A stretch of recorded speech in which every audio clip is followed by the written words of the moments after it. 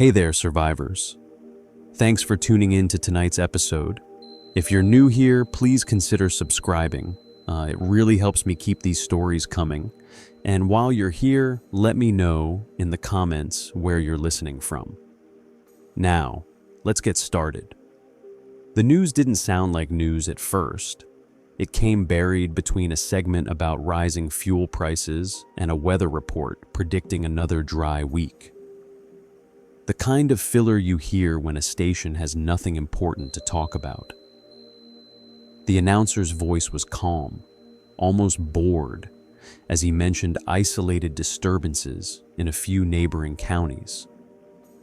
There was no urgency in his tone, but something about the phrasing made me stop what I was doing.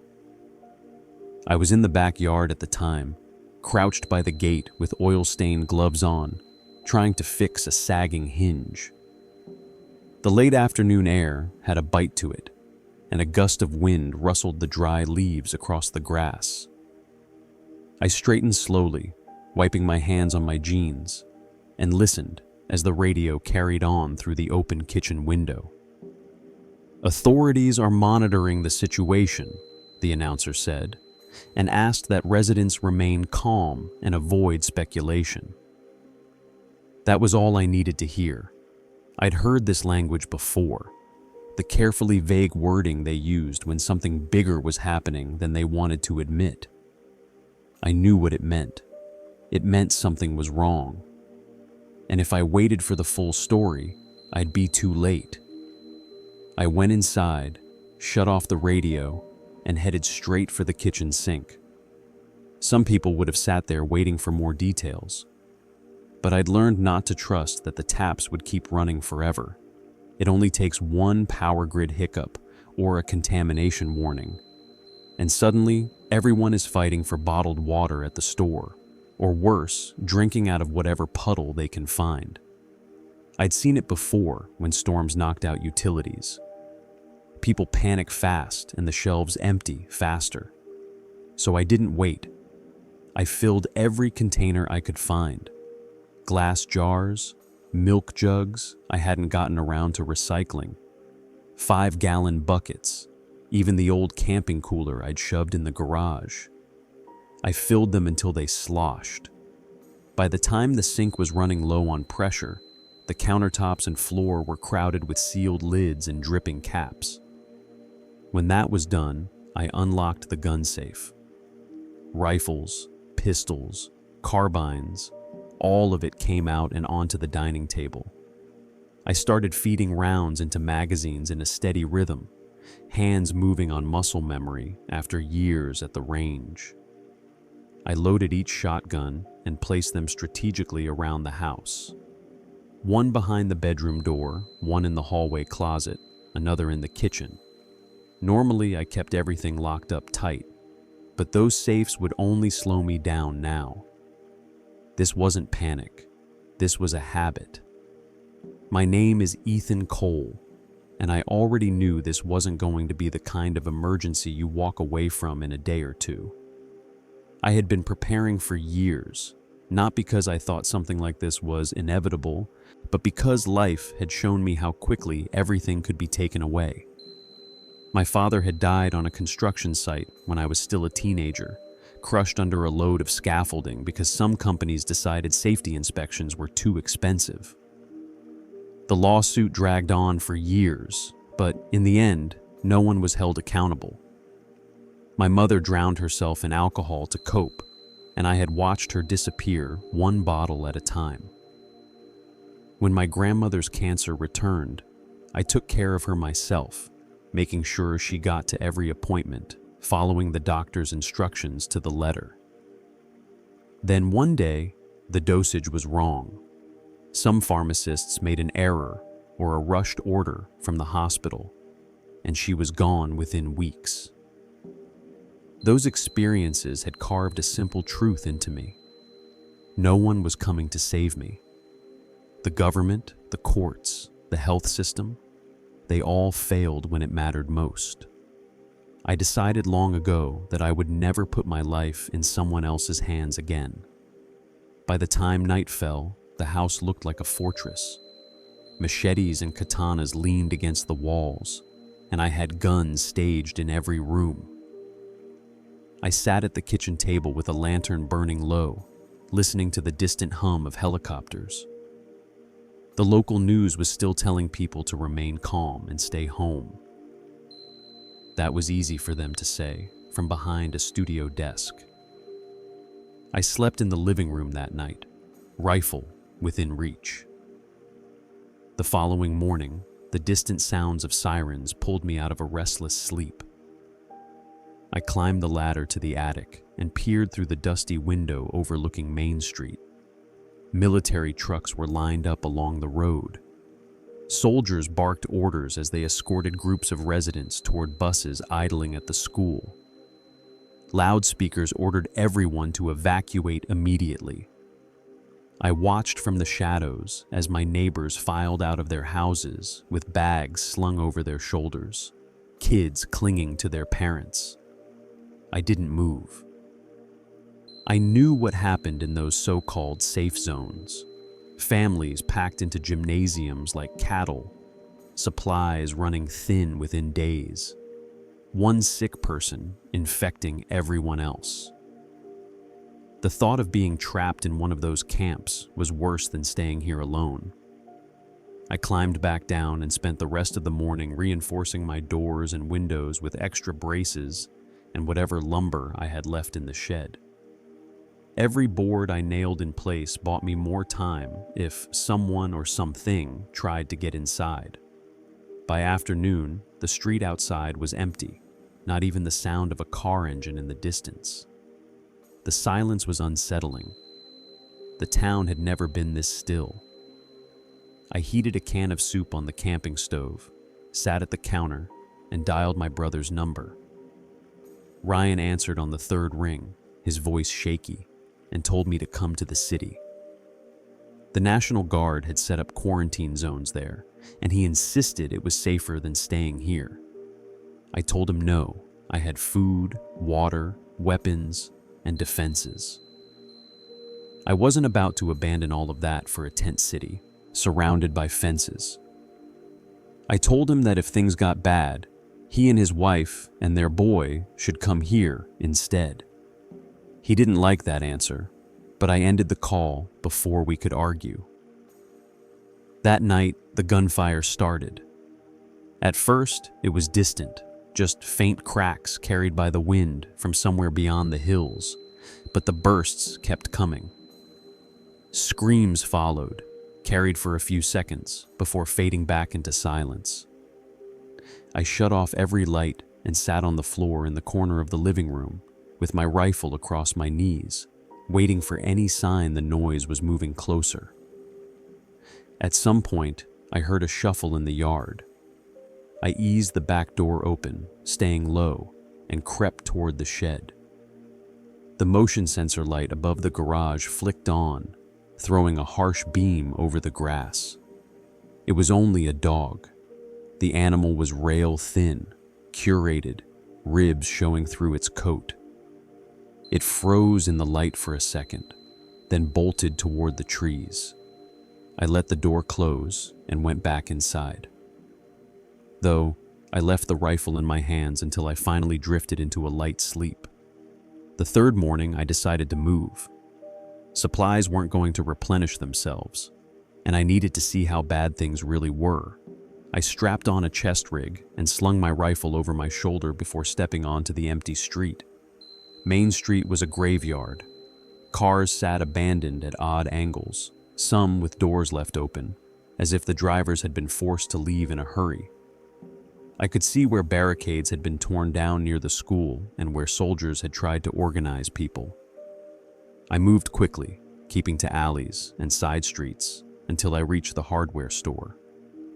The front windows were shattered, but inside I managed to find nails, screws, and a roll of chain link fence still intact. I stuffed them into my pack, grabbed a pair of bolt cutters from the wall, and moved on. The pharmacy was worse. Most of the shelves were picked clean, but I found a few bottles of painkillers and antibiotics hidden behind a display rack. I didn't linger, Being caught off guard in an open building was a good way to die. When I stepped back into the street, I froze. A man was staggering toward me from the far end of the block. His clothes were shredded, skin pale, and blotched with dark veins. He collapsed onto the pavement. Then he got back up. I ducked into an alley, my rifle raised as the man turned in my direction. There was nothing human left in his eyes, just a milky film that made him look blind. He lurched forward with a burst of speed that didn't make sense given his condition. I fired once. The sound exploded off the walls, and the man crumpled onto the pavement. I didn't wait to see if he stayed down. I sprinted back toward the edge of town, keeping my head low, weaving through side streets until I reached the safety of the house. I shut the door, locked it, and dragged another dresser in front of it before allowing myself to breathe. The rest of the day was spent fortifying. I doubled the tripwires around, the perimeter, and hung tin cans on the fishing line so I'd have a warning if something came too close. I inventoried my supplies and rearranged the food storage in the bunker so I could access what I needed faster. By the time I finally sat down, the house felt more like a fortress than ever, but that didn't bring much comfort. The knocking from the night before kept creeping into my thoughts. Whoever it was hadn't come back, but I didn't think for a second that they had just given up and left town. There were still people out there wandering like me, scared and desperate. That made them unpredictable. The radio crackled later that evening, cutting through the silence with a sharp burst of static before a voice came through, low and urgent. Attention residents of Greene County and surrounding areas. The announcer said, "Mandatory curfew is in effect from sunset to sunrise. Please comply with evacuation orders. Designated safe zones are operating at full capacity and will continue to process arrivals for as long as possible." The voice repeated the message twice before fading out. I shut the radio off. I knew what those safe zones meant. Bus rides to packed school gyms, CS lined up in rows, armed guards controlling who could leave and who couldn't. And once supplies got low, people would start turning on each other. I'd read enough case studies to know how fast that would spiral. I went room by room checking locks, bolting shutters, making sure my weapons were loaded and placed where I could reach them in seconds. The idea was simple. If anyone broke through, I wouldn't need to waste time running to a gun safe. Later, as darkness settled in, my phone buzzed. The screen lit up with my brother's name. For a moment, I considered ignoring it, but I swiped to answer. Ryan didn't waste time on small talk. He told me he had just seen footage from the city streets, crowds of people rushing barricades as soldiers tried to keep order. He said the National Guard was building walls around the quarantine centers, and anyone outside after curfew was being arrested or shot. He begged me to come into the city to be with him and his family where there was real protection. I told him I wasn't leaving. Not now. The silence on the line was heavy. He accused me of being stubborn, of overreacting, but I told him the truth. The moment I stepped into one of those zones, I'd be at the mercy of the same people who had failed us time and time again. There was no guarantee I'd even make it inside before the walls closed. I told him what I had said before. If things got bad, he should come to me. He didn't want to hear it, but I ended the call before it turned into an argument. That night, the sounds from outside shifted. It wasn't gunfire anymore, not just. There were distant blasts, heavy enough to rattle the windows, followed by columns of smoke rising in the distance. I lay awake on the couch with a rifle across my lap, listening to the faint echoes. At one point, I thought I heard voices close to the house, but when I crept to the window and peered out, there was only the wind brushing the trees. Sleep didn't come easy. Morning brought another announcement over the emergency broadcast channel. Evacuation centers were reaching maximum capacity. Any remaining residents were to report to the county school by 3:00 p.m. for transport. The announcer's tone was strained now, clipped in a way that made me think even he didn't believe the words he was saying. I shut off the radio and went back to work. The next 12 hours were a blur of quiet preparation. I reinforced the doors with additional braces, layering thick planks across each entrance and anchoring them to the studs. In the backyard, I scavenged old fence posts and nailed them into the ground at sharp angles to create a crude barrier. I placed more fishing line across choke points leading to the house and hung metal cans filled with pebbles that would rattle if disturbed. My goal wasn't to make the property impenetrable. That was impossible. What I needed was time, any warning that someone or something was coming so I could be ready. In the evening, I went into the bunker to reorganize. The small dugout cellar was cramped, but every square foot mattered. I shifted the heavier crates of ammo toward the back, stacked canned food by expiration date, and checked the water barrels for leaks. I pulled out a few boxes of freeze-dried meals and laid them near the entrance, easy to grab in a hurry. I sat on the cot for a few minutes and listened. The bunker was underground and insulated, but I thought I could still hear faint hums from engines far away, like the city was vibrating under the strain of everything happening at once. When I came back into the house, the sun was dropping below the tree line. I closed the blackout curtains and flicked off the single lamp I had been using. Outside, the silence was thicker than the night before. I ate a quick meal and took my place near the front door, the rifle propped against my shoulder as I stared at the barricaded entryway. My mind kept circling back to the knock from a few nights ago. If it had been someone desperate for help, would they return? Or would someone worse find me first? The fifth day started with the distant sound of helicopters. I climbed up to the attic window and spotted two of them flying low over the town, heavy with equipment slung beneath. They didn't circle, didn't slow down, just passed by and disappeared beyond the hills. I went back down and made another call to Ryan. This time, there was no answer. The rest of the day was more of the same, checking the perimeter, fine-tuning the defenses, making sure nothing had shifted or failed overnight. I kept busy because if I stopped moving, my thoughts went to places I didn't want them to go. Every sound outside made me tense.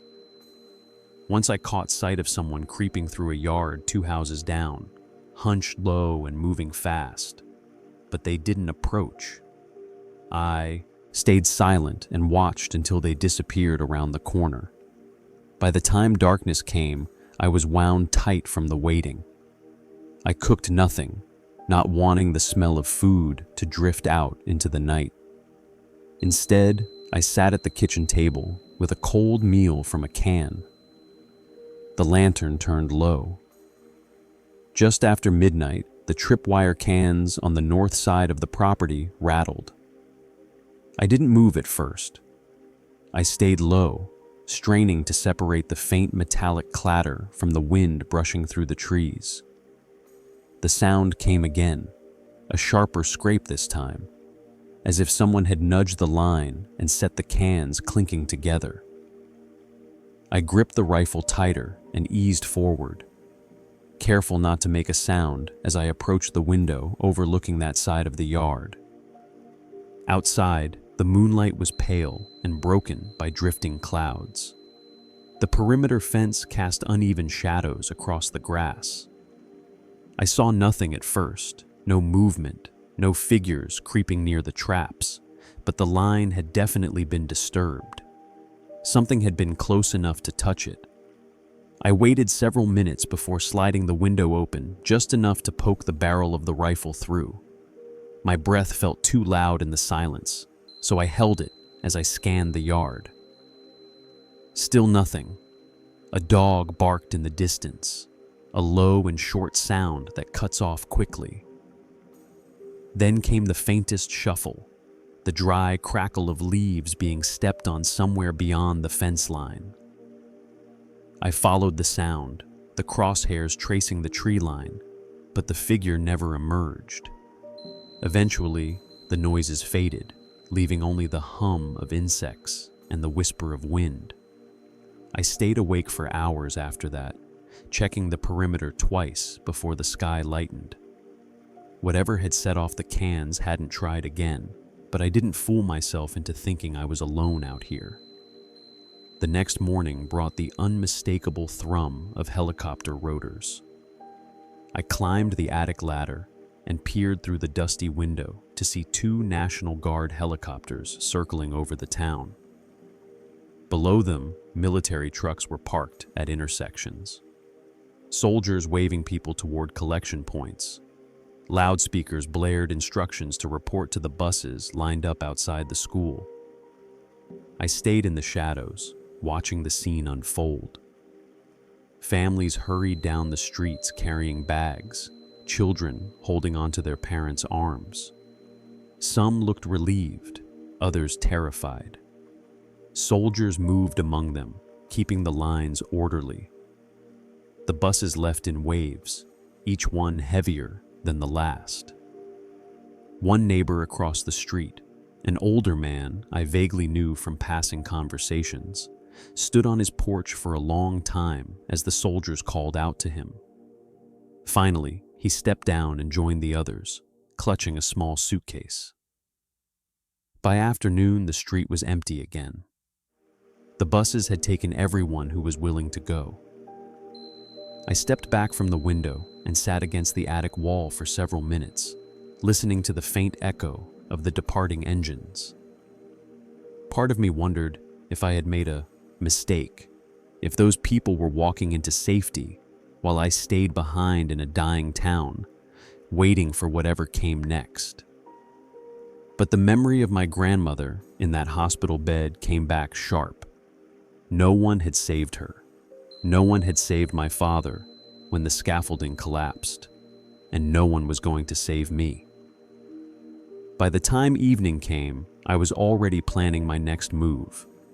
Supplies wouldn't last forever, and with the town now emptied, I had a window of opportunity to resupply before looters or infected stripped it bare. I gathered my gear, slung the rifle over my shoulder, and stepped into the street as darkness fell. The quiet was suffocating. No voices, no cars, no signs of life. I kept to the alleys, checking corners before moving, ears tuned for any sound out of place. My first stop was the gas station in Maine. The front door was locked, but the side window had been smashed. I climbed through carefully and landed behind the counter. The shelves had been picked over, but I managed to find a few bottles of engine oil, lighter fluid, and a half-full box of snack bars. In the back office, I pried open the register drawers and found a few crumpled bills. They were useless now, but I kept them anyway. Next was the hardware store. I bypassed the front entrance entirely and used the bolt cutters to slip through the locked loading dock. Inside, I scavenged screws, nails, rolls of wire, a few spare padlocks, and a couple lengths of sturdy chain. Each item went into my pack with care. I was only taking what I could carry and what I knew I would need. The pharmacy was the riskiest stop. The front windows had been shattered, and there was glass scattered across the sidewalk. I crouched low and scanned the interior. The aisles were dark, lit only by the pale light from the street, but I didn't see movement.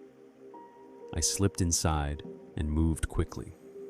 Most of the shelves were bare, but I found a few bottles of antiseptic and a small stash of antibiotics hidden behind a display of cosmetics.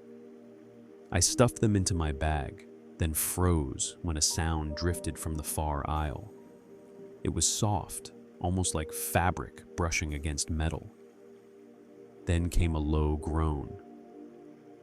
I ducked behind the counter, rifle ready. As the groan grew louder, a figure stumbled into view at the end of the aisle. Its head lolled at an unnatural angle, and the way it moved was wrong, jerky, uncoordinated, but fast enough to close the distance if it heard me. I stayed perfectly still, barely daring to breathe. The creature turned toward a distant clatter somewhere deeper in the building and lurched away. I waited until the sound of its shuffling footsteps faded, then slipped out through the broken window as quietly as I could. I made it back to the house without incident, but I couldn't shake the image of that thing moving through the pharmacy. It hadn't been blind. When the glass crunched under my boot, its head snapped toward me instantly. Sound mattered. That was something I could use. The 8th day began with more looting trips. This time focusing on places I hadn't dared enter when the town was full. An auto parts store yielded a few tools and a jug of fuel stabilizer. An abandoned hunting shop gave me extra ammunition and a set of heavy-duty gloves. I avoided the grocery stores entirely.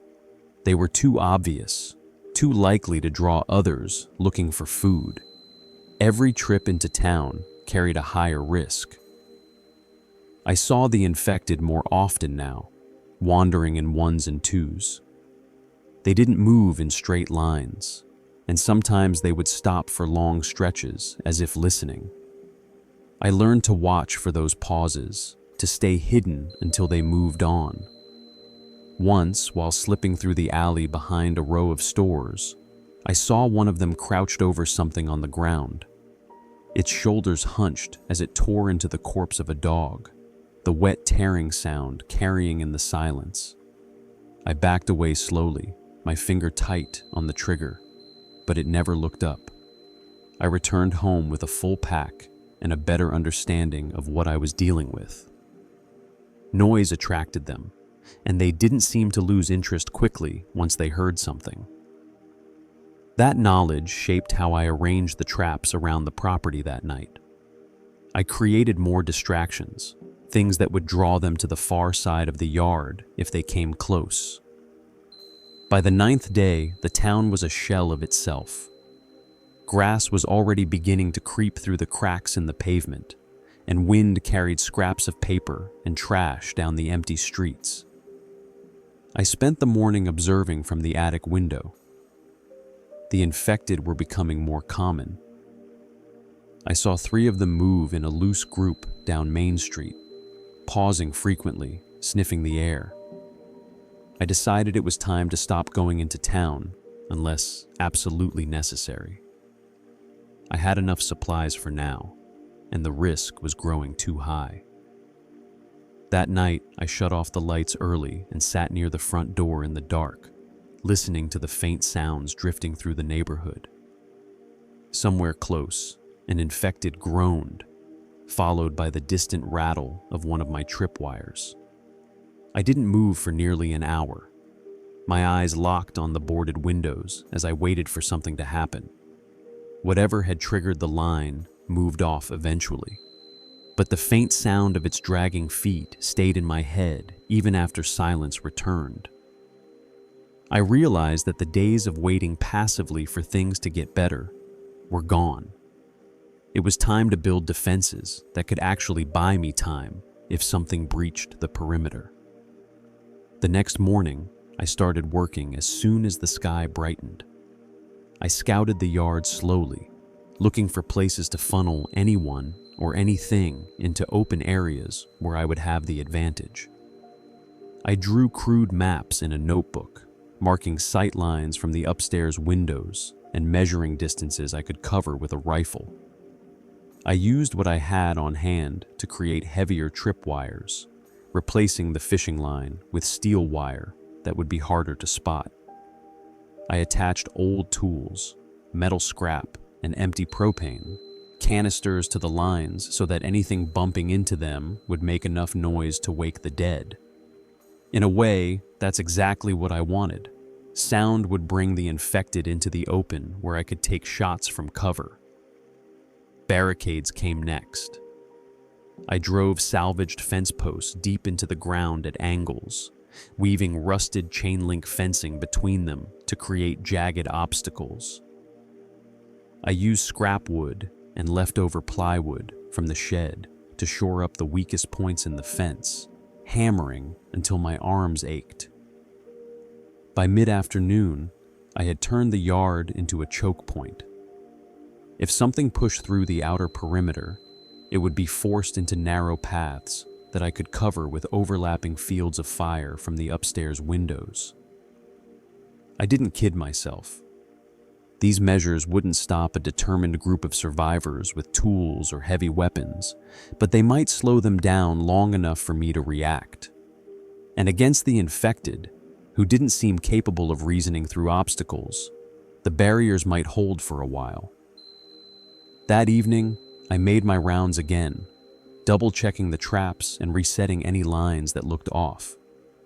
The silence of the neighborhood had started to feel heavier. The distant gunfire that had punctuated the nights in the first week was gone now. No more helicopters, no more sirens, just wind through the trees and the occasional unnerving groan carried on it. The 11th day started quietly. I had just finished replacing the batteries in one of the motion sensors when I heard it, the muffled sound of footsteps crunching in the gravel driveway. Not the shuffling scrape I had come to associate with the infected, but steady human footsteps. I crouched behind the fence and waited, rifle raised. The steps stopped, and then a voice cut through the silence. "Hello." It was hoarse cracking on the edges. "Please, please, is anyone there?" I stayed hidden, my finger brushing the trigger guard. "Please," the voice said again. "Closer now. I don't have anywhere else to go. I'm not sick. I just need food. Just for tonight." I could make out the figure now. A thin man in his late 20s or early 30s. His clothes were torn and he clutched something in his hand, but I couldn't see what it was. He looked around the yard, eyes darting like he expected something to jump out at him. Every instinct I had screamed at me to stay silent. If I let him in, he could be dangerous. He could be infected. He could bring others back with him later. And yet, as he stood there hunched over like the weight of the world was on his shoulders, I couldn't help but think of all the people who had begged for help in the last few weeks and never gotten it. I forced myself to act. I aimed at the ground a few feet from his boots and fired a single warning shot. The crack echoed through the street. The man jumped back, dropping whatever he was holding. He looked toward the fence, saw nothing, and then ran. His figure disappeared into the trees within seconds. I waited another full minute before lowering the rifle. My hands trembled as I picked up the shell casing and slipped it into my pocket. The rest of the day, I couldn't stop thinking about him. He had been thin, desperate, and very likely unarmed. Maybe he would starve because of me. Maybe he would find someone else and get the help I had refused him. Or maybe he would be dead by morning. I hated that I would never know which. That night, I watched the perimeter twice as carefully. I expected the man to return, maybe with friends, but no one came. The silence returned, heavier than ever. I realized that pushing him away had reinforced something I had already known deep down. I couldn't trust anyone out there. The 12th day brought new problems. I woke to the sound of something moving slowly near the outer fence. When I looked out the window, I saw my first clear view of an infected up close. It was standing in the yard across the street, head tilted as if listening.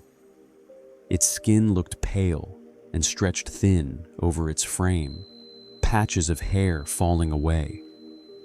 Every few seconds, it twitched, shifting its weight from one foot to the other, but it didn't wander off. I stayed perfectly still behind the curtain, hardly daring to breathe. Minutes passed, then it let out a low groan and turned in a slow circle, like it was searching for something it couldn't quite sense. When one of the tin can traps rattled faintly in the breeze, the infected's head snapped in that direction with startling speed. It shuffled forward a few steps and then stopped again, waiting. I watched for nearly an hour before it finally moved on, vanishing down the road. The sight of it lingered with me all day. The infected weren't like animals that would lose interest after a few minutes. Once something drew them in, they stayed. That meant if one of them reached my property, it might stay outside for hours, maybe days, until something pulled it away. That knowledge changed how I approached everything. I spent the afternoon making my traps more subtle, moving them away from the main house so the noise wouldn't draw the infected straight to me.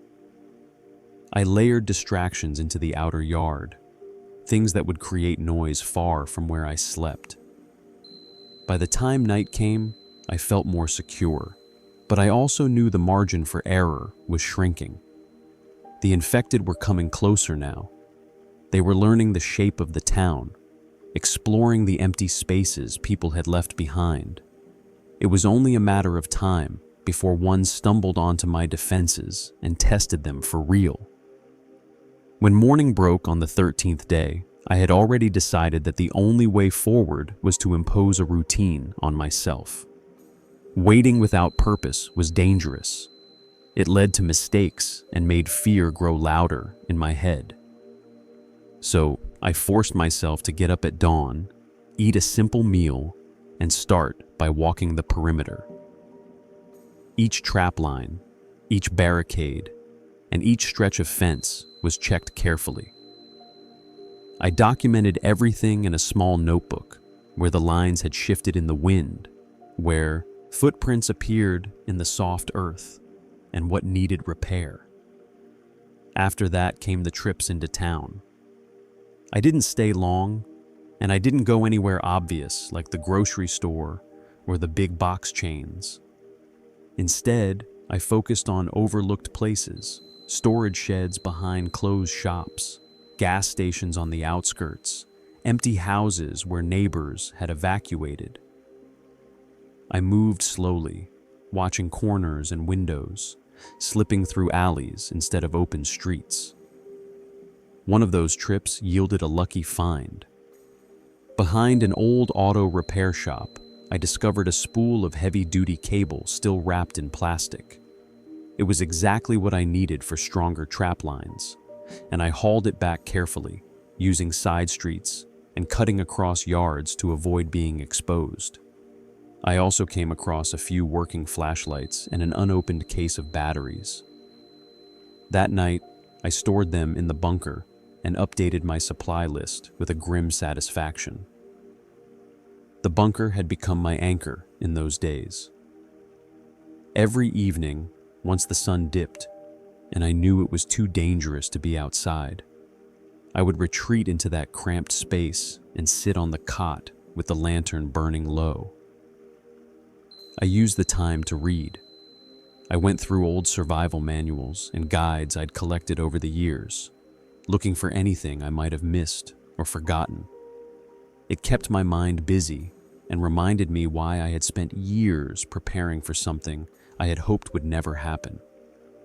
The 14th day brought me closer to the infected than I had been since this all started. I had been experimenting with the new cable, setting snares around the far edge of the yard in hopes of catching stray animals I could use for bait or food. Early that afternoon, I heard the trap line snap and the cans rattle violently. I took my rifle and approached slowly, keeping low. What I found made me pause. One of the infected was tangled in the cable, thrashing violently as it tried to pull free. It wasn't fresh. The skin on its arms and face was dry and peeling, and its clothes were caked with dirt and blood. But it had strength. It jerked and twisted, the steel biting into its limbs. Yet, it didn't seem to feel the pain at all. I crouched behind a tree and watched for a long time. It never stopped moving. When the trap line shifted and the cable cut deeper, it didn't even slow down.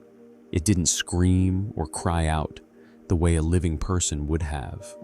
It just kept straining toward me, mouth open, teeth snapping in the air. I studied it for hours, carefully changing position to stay out of its reach. The sun dipped lower, but it didn't tire. Even after thrashing for hours, it was just as determined as when I had first arrived. That observation cemented what I already suspected. Once the infected locked onto a target, they didn't lose interest. When it was finally too dark to see clearly, I put a single round into its head and cut the cable free. I buried the body in a shallow grave near the edge of the property, marking the spot with a stone so I'd remember where it was. The image of its ceaseless struggling followed me back to the house. That night, I wrote down everything I had learned. They didn't tire, they didn't feel pain, and they didn't wander away unless something distracted them. That knowledge would shape every decision I made from then on. The 15th day was when I began thinking less about short-term survival and more about how I could outlast this thing for as long as it took. If rescue was coming, it would have happened by now. I knew I had enough supplies to make it through another few weeks, but after that, I would need to grow food or find new ways to secure resources. I spent most of the morning reinforcing the house itself. I stripped wood from the shed and used it to add more braces across the windows. I built shutters that could be opened from inside to allow me to fire out if needed. I also reinforced the upstairs hallway with a makeshift barricade that could be pulled into place in seconds if someone breached the lower floor. By midday, I was in the yard digging small fire pits along the fence line. These would serve as controlled burn areas where I could create smoke or fire as distractions. I marked them carefully, making sure they were downwind of the house, and covered them with scrap metal until I was ready to use them. When I wasn't working, I was planning. I sketched diagrams of the house and yard, marking choke points and sight lines. I made lists of what I still needed: more nails, more tops, anything that could be used to shore up the defenses further. That night, sitting in the bunker, I realized that the routine I had built was the only thing keeping me grounded. Morning perimeter checks, scavenging trips when it was safe, trap maintenance, and reading at night. It gave me structure in a world that no longer had any. But I also knew it couldn't last forever. The 16th day started with the distant sound of helicopters, a low rhythmic thrum that carried through the morning air long before I could see them. I climbed to the attic and watched the horizon. 2 black dots crossed the sky. Heavy transport helicopters, by the look of them, flying low and fast. They weren't circling or providing support for anyone on the ground. They were leaving. Not long after, the first explosion rolled across the hills. It was far away, but the concussion rattled the glass of the attic window. I stayed there for nearly an hour, watching as thin columns of smoke began to rise in different directions. Some small, like burning houses, others larger, like the fires you'd expect from collapsing fuel depots or entire neighborhoods going up. I had known for days that the collapse was accelerating, but seeing it confirmed in such stark detail turned that abstract dread into something sharper. Whatever remnants of authority had existed were pulling back, retreating, maybe abandoning whole areas. That thought made me revisit the traps around the property again. I took the better part of the day crawling along the perimeter and inspecting every line, every barricade. That was when I noticed things that didn't add up. A few of the tripwires were looser than I remembered setting them. One section of fencing was bent inward, as if someone had pressed against it hard. I crouched there for a long time, staring at the ground until I spotted the faint indentation of a boot print in the soft earth. It hadn't been infected. Someone else had been close enough to test my defenses, and that realization made the hair stand up on my neck. The rest of the day was spent shoring up vulnerabilities. I added secondary lines of traps closer to the house and re-angled the barricades so I could cover them better from upstairs windows. I dug shallow crawl spaces under the shed leading to the bunker, camouflaging the openings with scrap plywood and leaves. If someone forced their way inside the house, I needed a way out. That night, I didn't sleep. I sat in the corner of the dark living room with the rifle in my lap, replaying every possibility in my head. Whoever had tested the traps hadn't tried to breach the property, at least not yet, but the thought of being watched gnawed at me.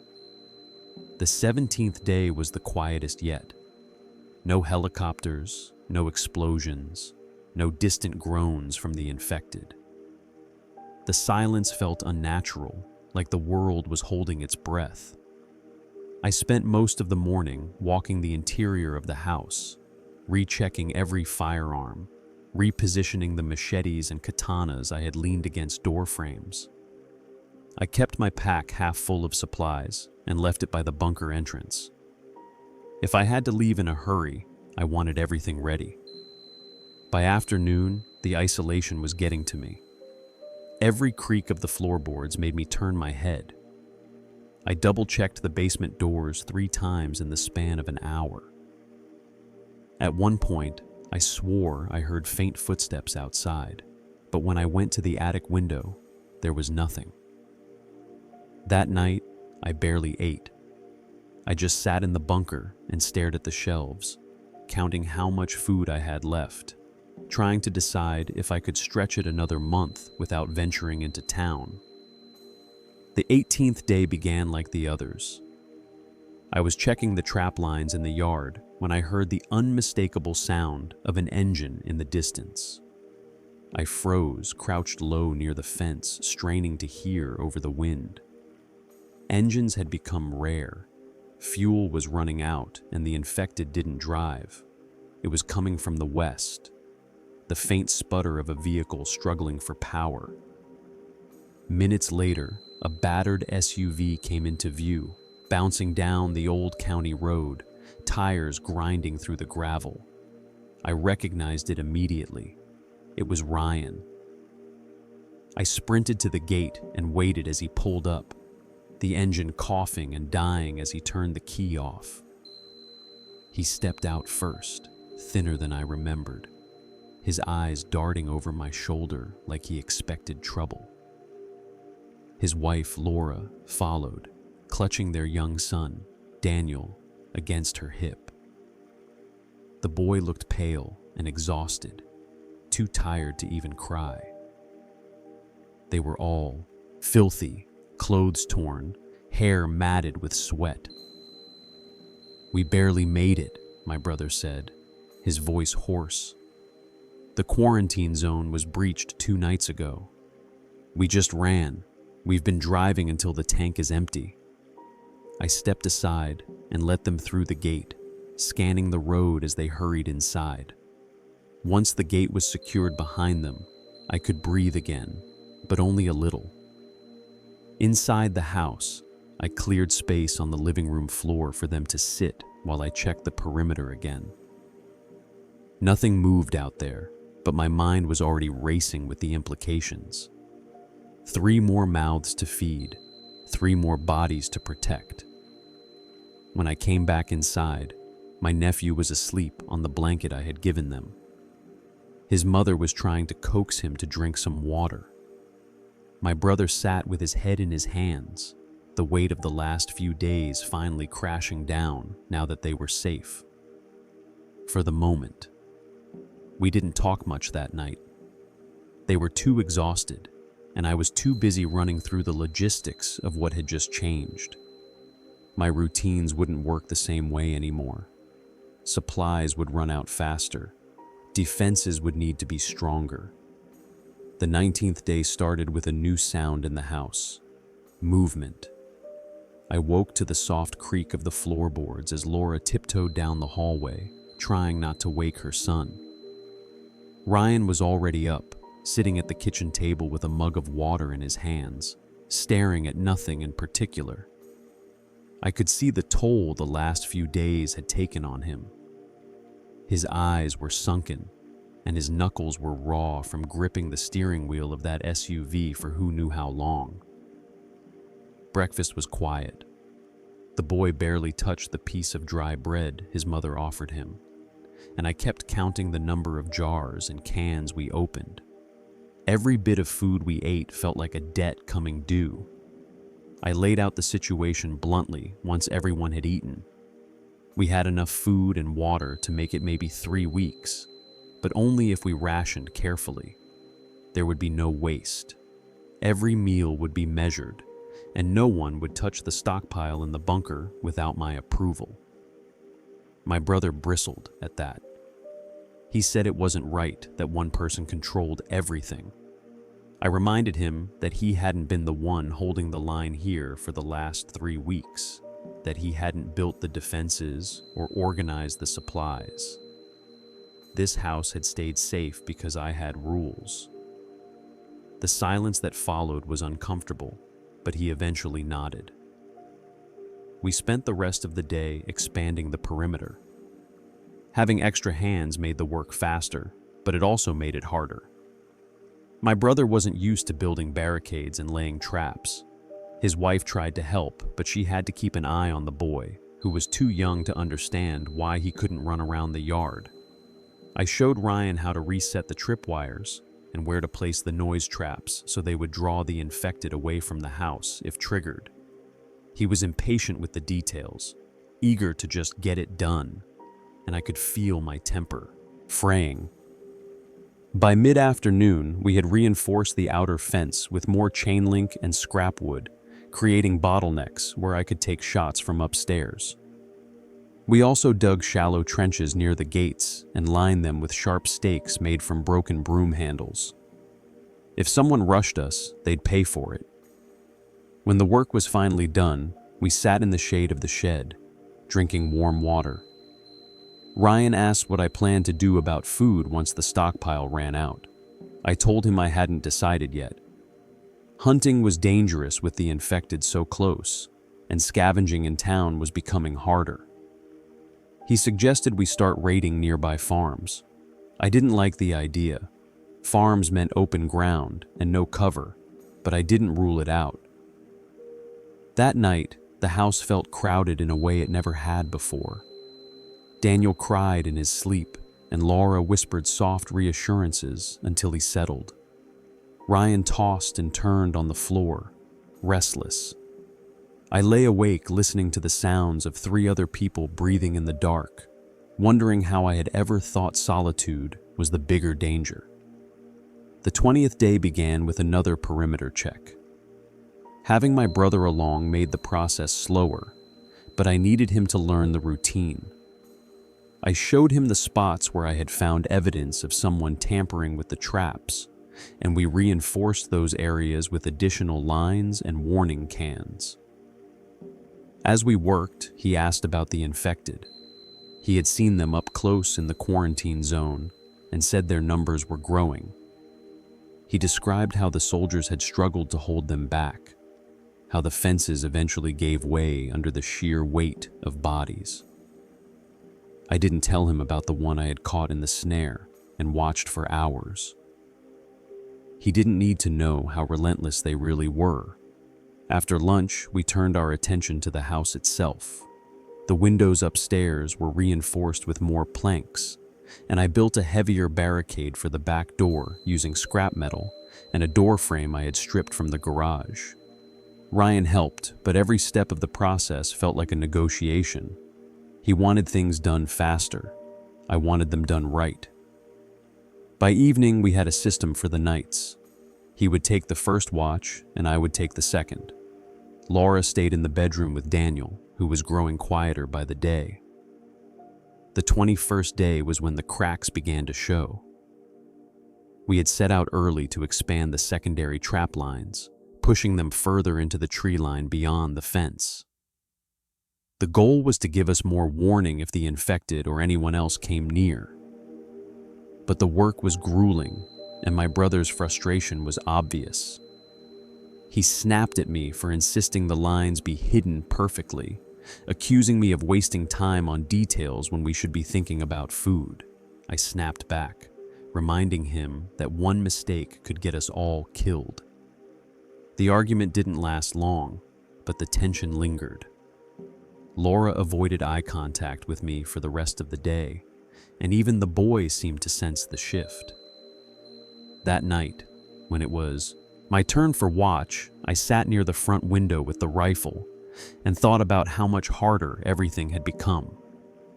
I didn't regret letting them in, but I couldn't ignore the reality. Every extra person made us weaker in some ways.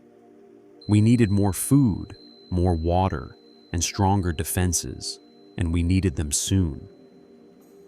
On the 22nd day, I decided we had no choice but to push farther out. My brother and his wife both looked uneasy when I told them we would be scavenging farms and homes beyond the town limits. But there was no alternative. The food we had was already running low, and rationing more tightly wasn't going to make it magically last longer. We needed livestock, if there were any left, and canned goods from houses that might have been skipped over during the evacuations. We left at first light.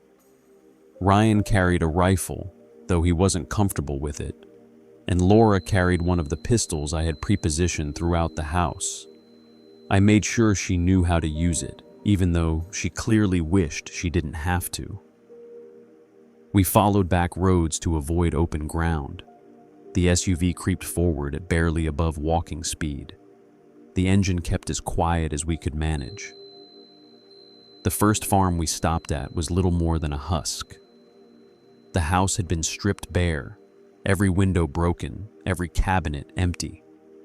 The barn was wide open, and the smell told me it had been empty for a long time. We found a few half-ruined bags of feed and an old generator that was missing its fuel line, but no livestock. It was the same story at the next farm and the one after that. By midday, we were deeper into the countryside than I had wanted, but turning back empty-handed wasn't an option. When we finally spotted a small farmhouse tucked behind a stand of trees, it felt like our last chance. The building was intact, shutters still bolted, but the front door showed signs of having been forced open recently. I motioned for Ryan and Laura to stay low as we approached. The yard was silent, no movement except for the rustling of leaves. We entered through the side door, weapons raised, and swept each room. The house was empty, but someone had been there recently. We found a small pile of trash in the kitchen, fresh enough that it hadn't started to rot. I knew we should leave, but a quick search of the pantry turned up canned vegetables, bags of rice, and a few bottles of water.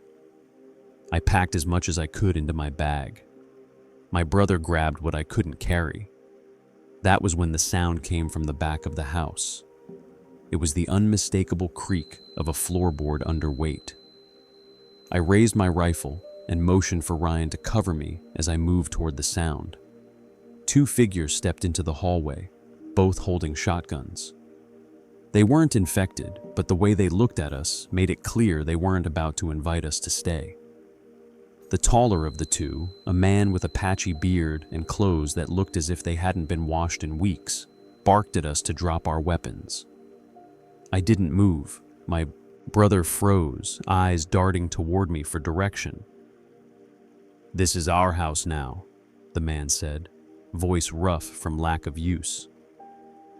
"Put it down and maybe you can walk away." I didn't trust him, and I didn't want a firefight inside a building we couldn't defend. Slowly, I motioned for my brother and his wife to back up. The man stepped forward, but I could see how his shotgun trembled in his hands. "We're leaving," I said, keeping my voice low and even. "We'll take what we already grabbed, and that's it." The man's partner, a younger guy who couldn't have been older than 20, muttered something about us lying and raised his gun higher. That was all it took. I fired a single round into the wall just above their heads. The crack was deafening inside the small house, plaster raining down as the two men ducked instinctively. I grabbed Ryan by the shoulder and pulled him toward the door. We sprinted for the SUV as the two men shouted after us. The noise had been loud enough to carry for miles. As we reached the car, I heard the first groans from the trees. We barely made it out. A small pack of infected burst from the brush on the far side of the property just as we slammed the SUV doors shut. I counted at least 7 of them, all sprinting toward the noise they had heard. My brother fled the accelerator, tires spinning in the dirt as we tore down the narrow driveway. I watched in the side mirror as the infected swarmed the house. They didn't hesitate, didn't slow down, just crashed through the open door in a single mass. That was the first time I realized how dangerous they were in groups. 1 or 2 infected could be avoided or picked off if you were careful, but 7 moving together could overrun you before you even had a chance to fire a shot. Back at the house, I gathered Ryan and Laura in the living room and laid it out for them. We had enough food now to last maybe a couple more weeks, but the real threat was the infection. They were starting to move in packs, drawn by noise, and our defenses might not hold if too many hit us at once. I could see the fear in their eyes, but there was no time to soften the truth. I told them they had to learn how to fight. Ryan nodded reluctantly. Laura hesitated, but she knew there was no alternative.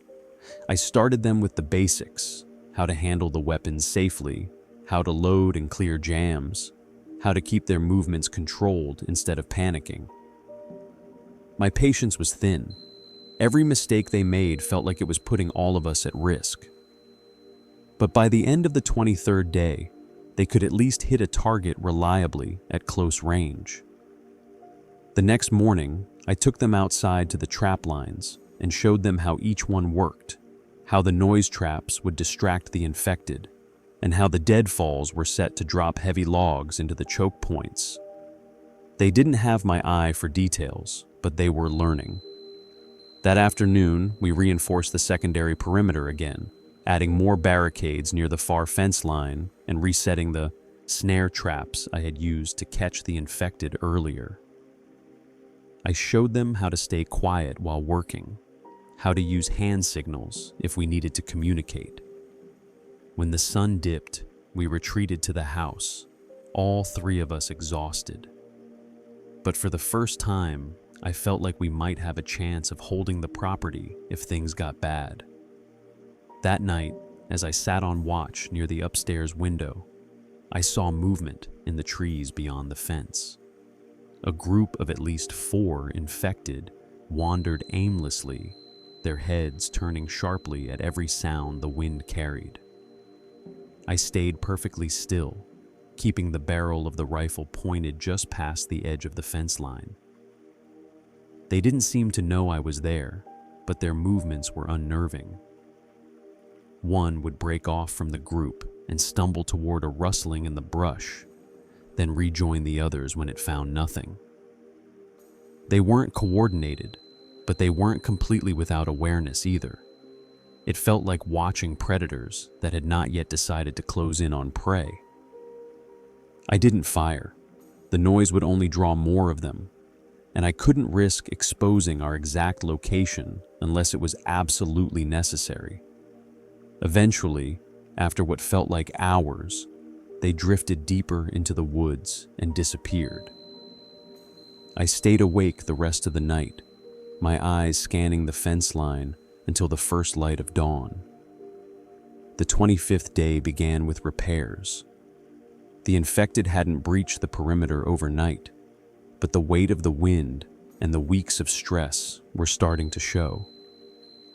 Sections of the outer fence sagged inward, and a few of the stakes we had driven into the ground were loose. Ryan and I spent most of the morning retightening wire and shoring up weak points with whatever scrap wood we could salvage.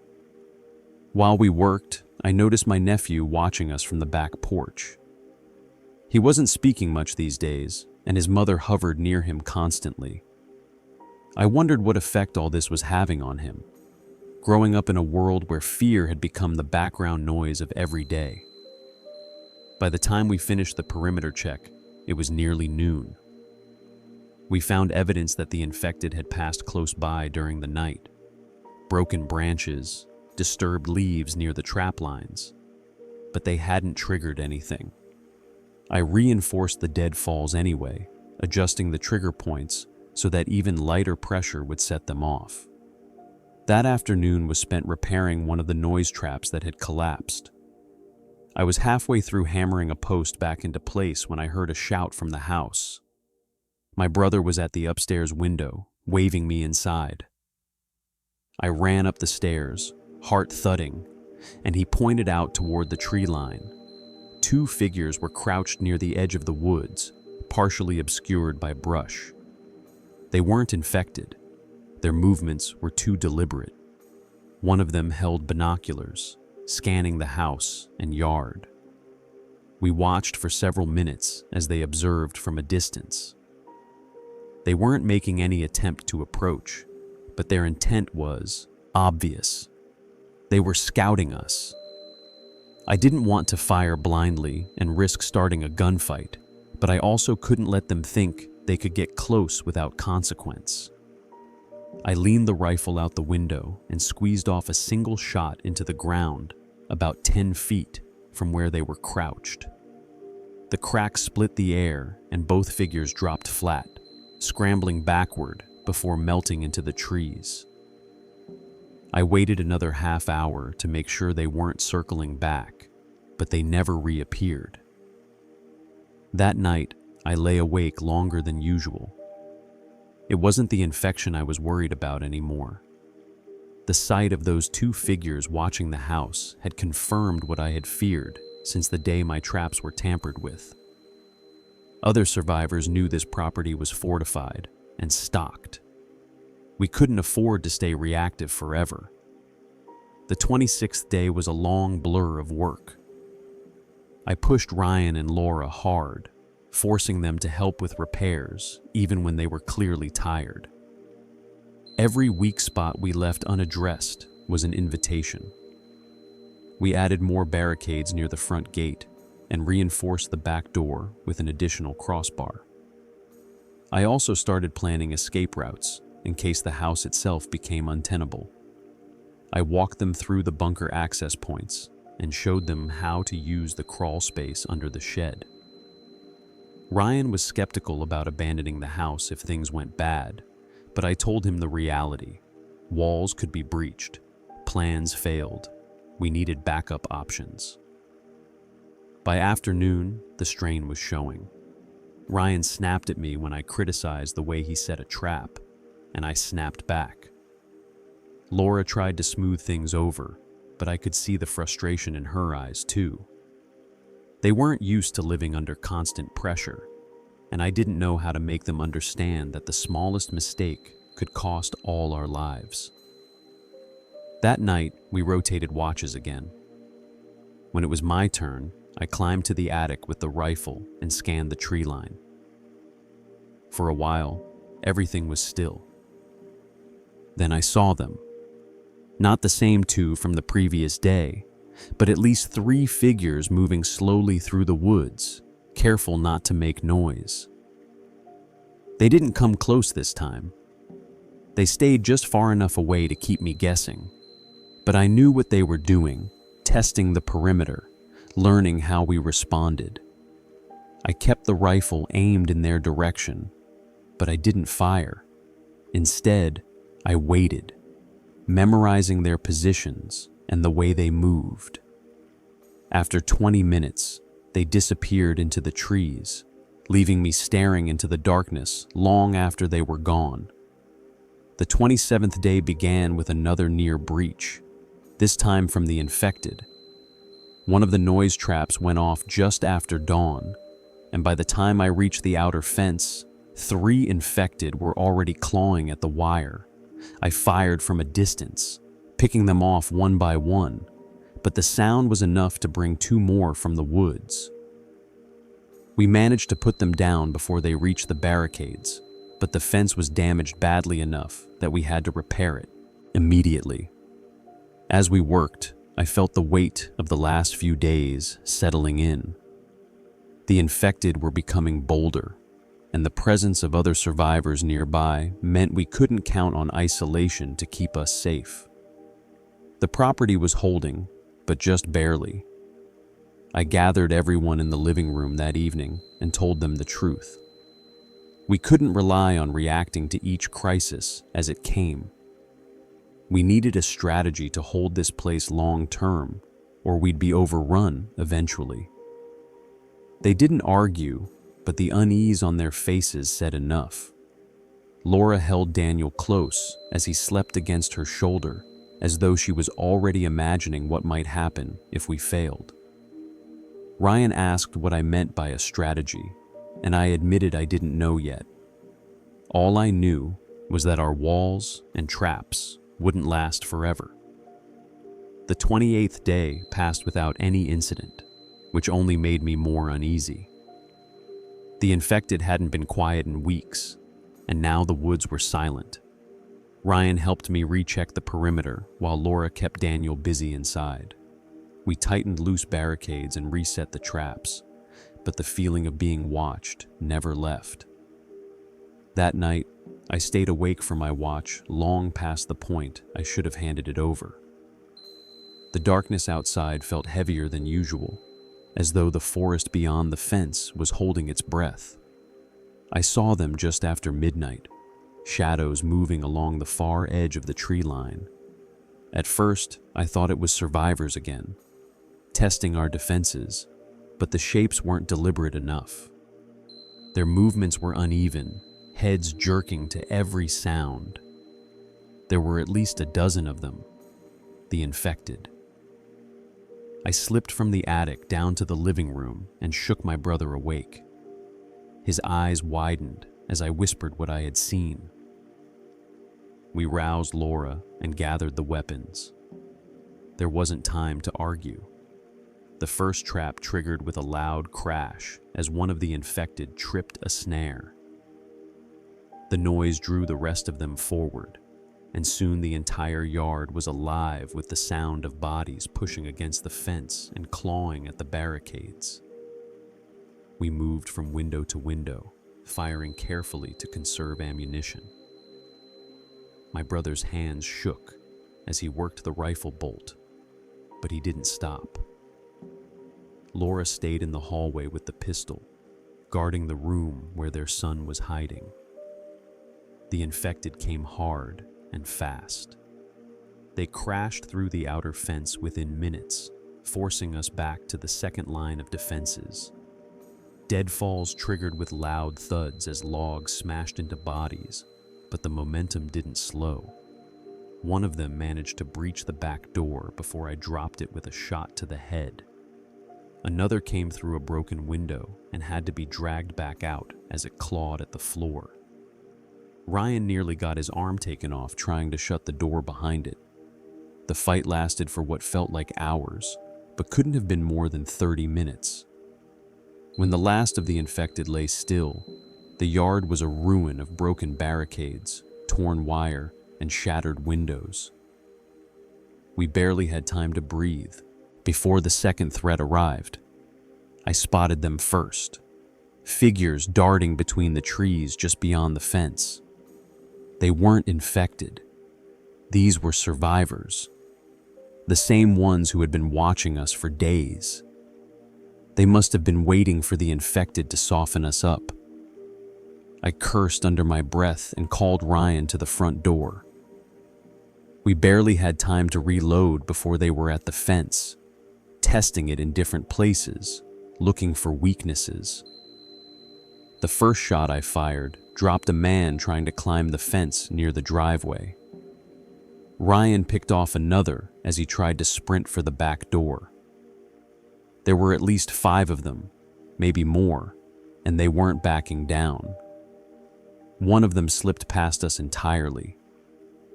We heard the door slam open at the rear of the house, followed by a sharp scream from the hallway where Laura had been guarding their son. I ran as fast as I could, but by the time I reached the hallway, it was already over. She stood there shaking, the pistol still raised, the intruder lying face down on the floor at her feet. He had been armed with a knife and was less than 3 feet from where Daniel had been hiding. She didn't say a word as I took the weapon from her trembling hands. By the time we cleared the house, the remaining attackers were gone. 3 lay dead near the fence line, and the others had vanished into the woods, leaving behind only the echo of their footsteps. We stood in the yard under the pale light of the moon, the smell of gunpowder and blood hanging in the air, and I realized how close we had come to losing everything. The rest of the night was spent dragging bodies away from the fence and repairing what we could. No one spoke much. Laura refused to let go of her son as she sat in the living room, staring blankly at the floor. Ryan helped me reset the traps, his face drawn and pale. By dawn, the property was secure again, but it was an illusion. We all knew it. The fight had exposed every weakness in our defenses. The outer fence had collapsed under pressure, and the second line would never hold if another large pack came. We had burned through far too much ammunition, and our food supply was nearly gone again. I stood in the yard as the sun rose, the light falling on the broken barricades and the torn earth. And I understood the truth. This house wasn't a fortress. It was a trap waiting to fail, and we couldn't survive here forever. I gathered everyone together and told them what I already knew. We would have to adapt. The bunker and the yard, all the traps and walls I had built, weren't enough anymore. We needed to work together, plan beyond this property, and find a way to rebuild something larger and stronger than a single fortified house. Ryan didn't argue. Laura just held Daniel closer and nodded. For the first time since this had started, I allowed myself to think about a future that wasn't just surviving from one day to the next. But I also knew that the future wouldn't come easy, and the world outside wasn't going to wait for us to be ready. That's all for now. Thanks for listening. If you enjoyed this story, don't forget to like and subscribe for more unsettling, creepy pastas. Your support keeps my channel alive. Until next time, stay quiet, stay vigilant, and trust nothing, not even the silence.